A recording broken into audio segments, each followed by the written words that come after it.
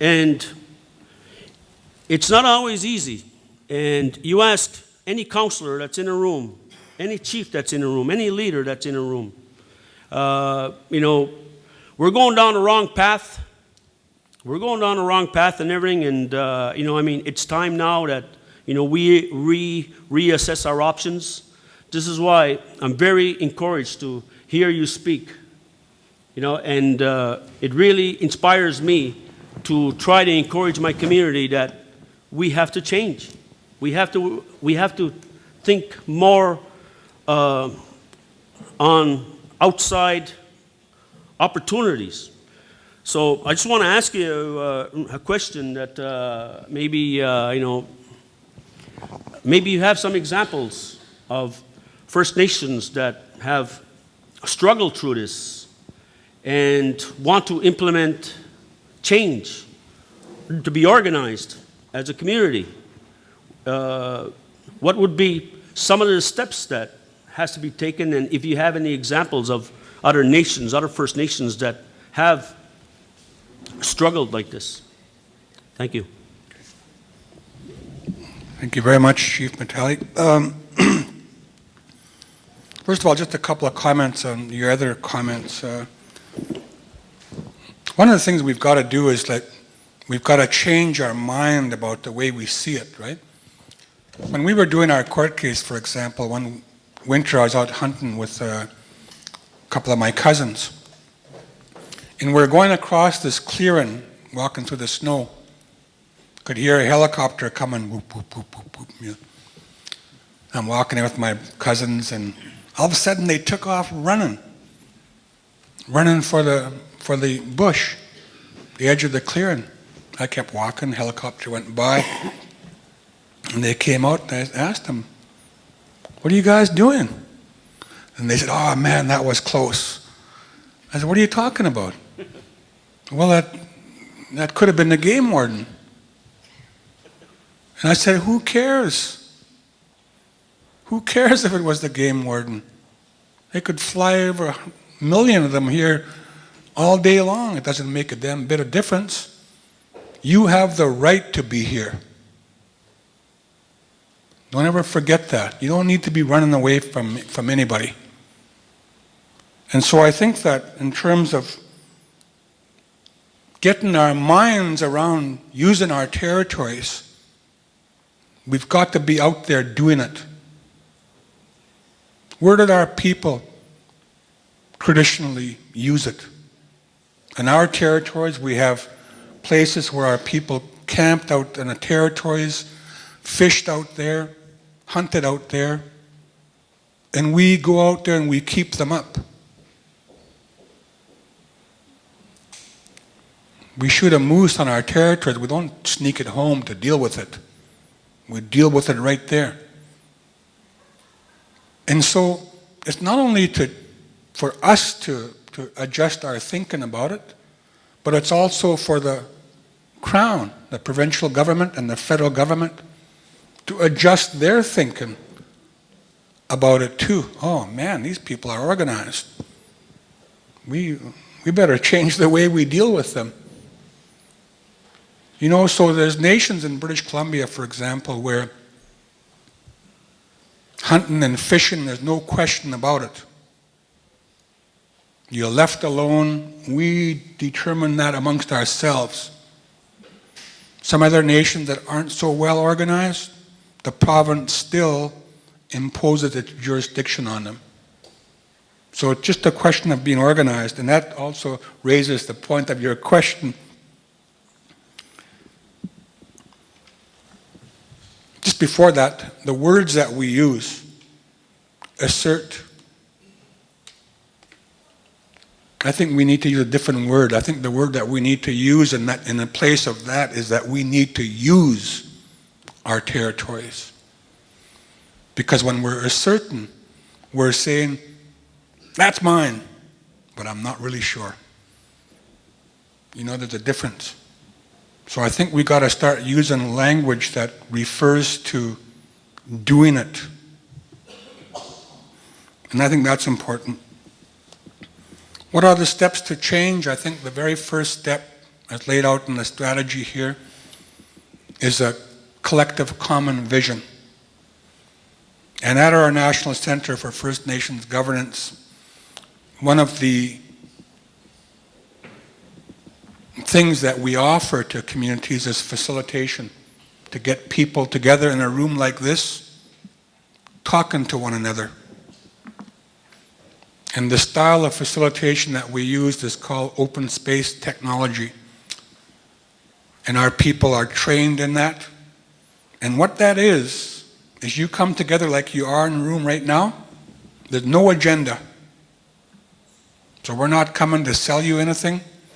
We're not coming to force anything on you. We're not coming to use you. We're coming here to listen to what you think, right?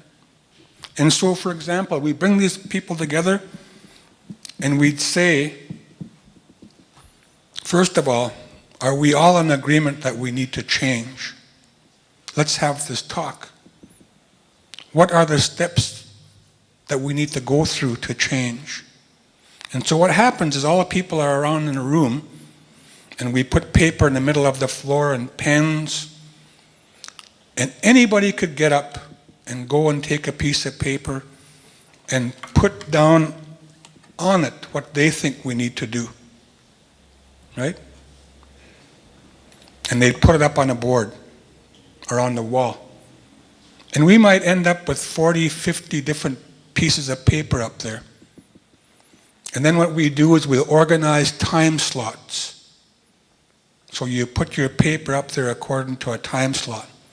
And once it's all done, everybody's given little markers or dots or stars. So you're able to go up there and you're able to pick something that's important to you. Say someone said something, well, I think we should do this. And I might say, oh, I like that. I wonder what he means by that. So I'll put my star up under that person's name. And so what happens if you organize this discussion amongst the people who are there, according to the issues that they've identified?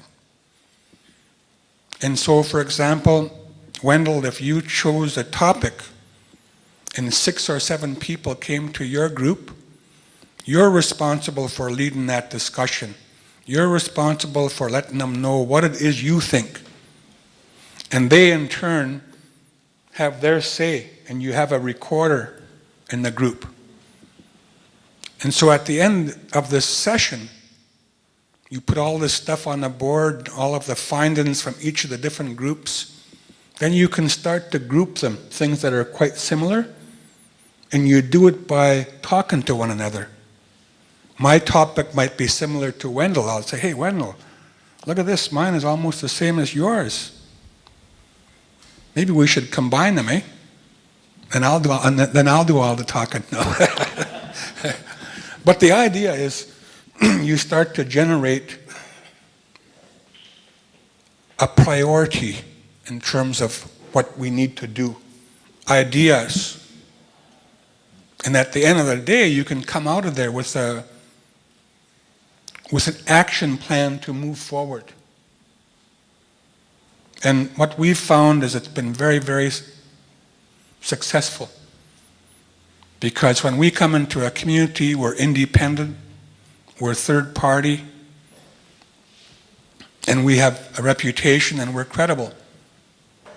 And people feel comfortable knowing that we're not there to pull one on them. So I think that that's number one. That's the place to start, is finding a way to engage people. And the point you made about the will. If you look at the Indian Act and the way it's structured, there's really no accountability provision in there to the people, right? And our people have learned, and we learn very quickly, that there's really no point to getting involved there if somebody else is going to make the decision. Like, who'll get a job? That depends on how much money you have. Who'll get a house? That depends on how much money you have. who will get an education? That depends on how much money you have. And how is that determined? It's determined by a per capita formula, per person formula, by Indian Affairs. And that's what they give you. And as you said, it's not enough. And we have to deal with that, and we get mad at each other's over it. So I think that we've got to understand what the system has done to us in terms of the Indian Act. And at the same time, we've got to be having this discussion about what we need to do to change. And it also gets to the point, the gentleman over here, the question he asked about balance. I think they go hand in hand. But one of the things that we do offer as a center is facilitation support to get that discussion and dialogue going. And in fact, one of the more recent ones that we've done is with the community at Kahnawake, Mohawk community. And we did this with them over the course of 2 days. And at the end of the 2 days, the chiefs were amazed at the results. When we started, they couldn't quite believe what was happening, but at the end of the time, they were very, very surprised. So I think that that's the first step, is to find a way and a strategy to engage people. Because the one truth about change is that the people aren't involved in the change, they'll resist the change, and for good reason. And then what you're stuck with is either you got to sell it to them. That's what we always say, right, when we're doing our work. We got to find a way to have buy-in. What are you, a salesman? You know, you're not talking about selling a product. The other way is that you just force it on them. And some governments in the world do that, you know. But our history is based on the principles of recognition and respect and consensus. So if we're going to go back to that first step, that needs to underline it. So that's something that we offer, and I hope to get a chance to talk with you later about it, because it's very, very effective, and our people are very, very good at it. Okay, great. Any other further questions? Yeah, I've got two down here.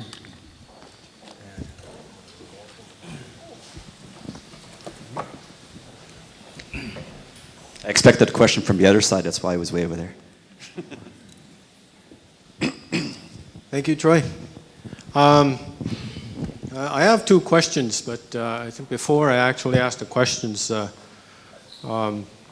welcome to Mi'kmaq territory.